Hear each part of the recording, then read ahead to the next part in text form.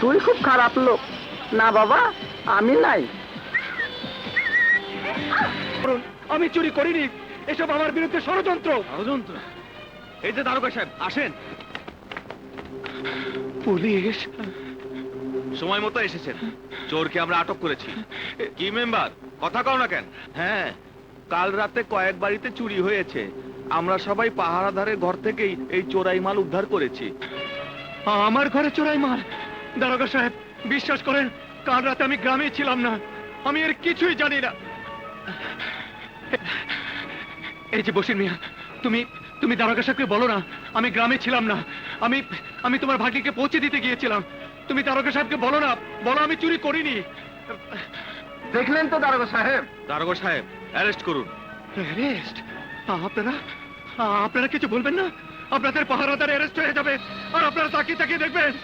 মুখ লুকাও কেন বাচ্চু ভাই? আমি চলে গেলে কে তোমাদেরকে পাহারা দেবে?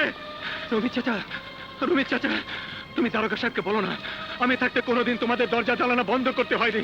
রাতের পর রাত, দিনের পর দিন, বছরের পর বছর তোমরা নিশ্চিন্তে ঘুমিয়েছ। বলো না রমিত চাচা।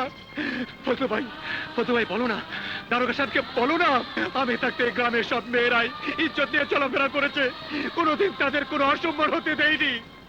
আব্বা, শালা নাটক করলে ভালো করতো। নাটক? নদীর স্রোতে শ্যাওলার মতো ভেসে এসেছিলাম এই গ্রামে। এক দরদি পাহারাদার আমাকে বুকে টেনে নিয়েছিল, আশ্রয় দিয়েছিল, আদর দিয়েছিল। তার কাছে বড় হতে হতে মনের অজান্তে আমি এই গ্রামটাকে ভালোবেসে ফেলেছিলাম। সেটা ছিল একটা নাটক। বছরের পর বছর বুকের ভিতর লুকিয়ে থাকা সমস্ত ব্যথা চেপে রেখে আমি এই গ্রামটাকে পাহারা দিয়েছিলাম। সেটা ছিল একটা নাটক। অ্যারেস্ট করেন দারোগা সাহেব, আমাকে অ্যারেস্ট করেন। আমার নাটকের জবাব আজ এই গ্রামবাসী দিয়ে দিয়েছে। পানিতে ভেসে এসেছিলাম বলে ওরা আমাকে চোখের পানিতে বাঁচিয়েছে। আজ থেকে এই গ্রামের সাথে আমার কোনো সম্পর্ক নেই। এই গ্রামের মানুষের সাথে আমার সব দেনা পাওনা শেষ, সব শেষ, সব দেনা পাওনা শেষ। আমাকে অ্যারেস্ট করেন দারোগা সাহেব,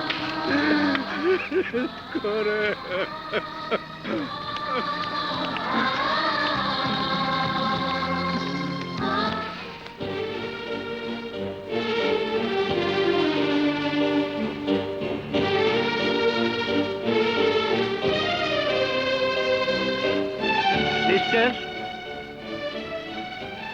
সিস্টার, রক্ত কতটুকু গেছে? 2 ব্যাগ স্যার। যথেষ্ট হয়েছে।